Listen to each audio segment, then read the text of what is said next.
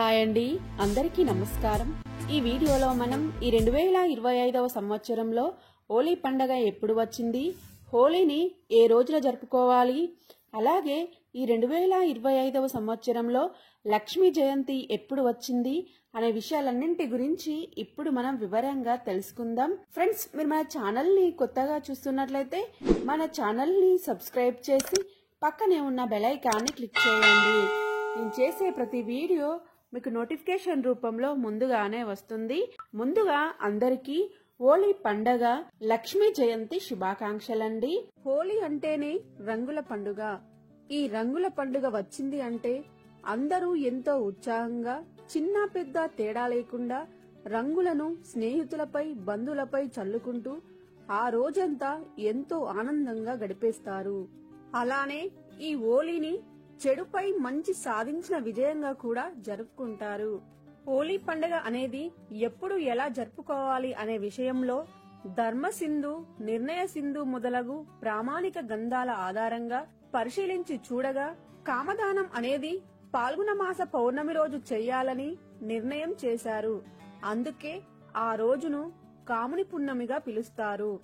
అలాగే పాల్గొన మాసంలో వచ్చే పౌర్ణమి రోజున హోలిక దహనం కూడా మనకి పౌర్ణమి తిథి వచ్చేసి మార్చి 13 గురువారం ఉదయం 10:36 ప్రారంభమై మార్చి 14 శుక్రవారం మధ్యాహ్నం 2:24 వరకు ఉంటుంది. కాబట్టి మనం మార్చి 13 గురువారం సాయంత్రం హోలికా దహనం, కాముని దహనమును చేయాలి. దీనినే చోటీ హోలీ అంటారండి.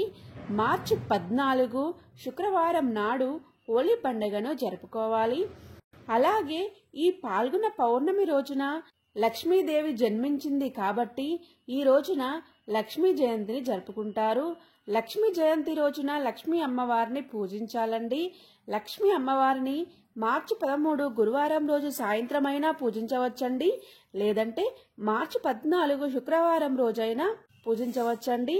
లక్ష్మీ జయంతి రోజు పూజ ఎలా చేయాలి అనే వీడియోస్ అన్ని మన ఛానల్లో ఉన్నాయండి. లింక్స్ కింద డిస్క్రిప్షన్ బాక్స్ లో ఇస్తాను. మీకు ఇంట్రెస్ట్ ఉంటే ఒకసారి చెక్ చేయండి. అలాగే హోలీ అంటే ఏమిటి, హోలీని ఎందుకు జరుపుకుంటారు అనే వీడియోస్ కూడా మన ఛానల్లో ఉన్నాయండి. మీకు ఇంట్రెస్ట్ ఉంటే ఒకసారి చెక్ చేయండి. అలాగే చాలా మంది ప్రతి పౌర్ణమికి పౌర్ణమి వ్రతం చేస్తారండి. అయితే అలాంటి వారు మార్చి 13 గురువారం రోజున చేసుకోవాలా లేదా మార్చి 14 శుక్రవారం రోజున పౌర్ణమి వ్రతం చేయాలా అని సందేహంతో నాకు కమెంట్స్ పెడుతున్నారు. అయితే పౌర్ణమి వ్రతం చేసేవారైతే మార్చి 13 గురువారం రోజు రాత్రి మాత్రమే చేయాలండి. ఎందుకంటే మనకు నిండు పౌర్ణమి మార్చి 13 గురువారం రోజు మాత్రమే ఉంటుందండి. అయితే పౌర్ణమి వ్రతం ఎలా చేయాలి అనే వీడియో కూడా మన ఛానల్లో ఉందండి.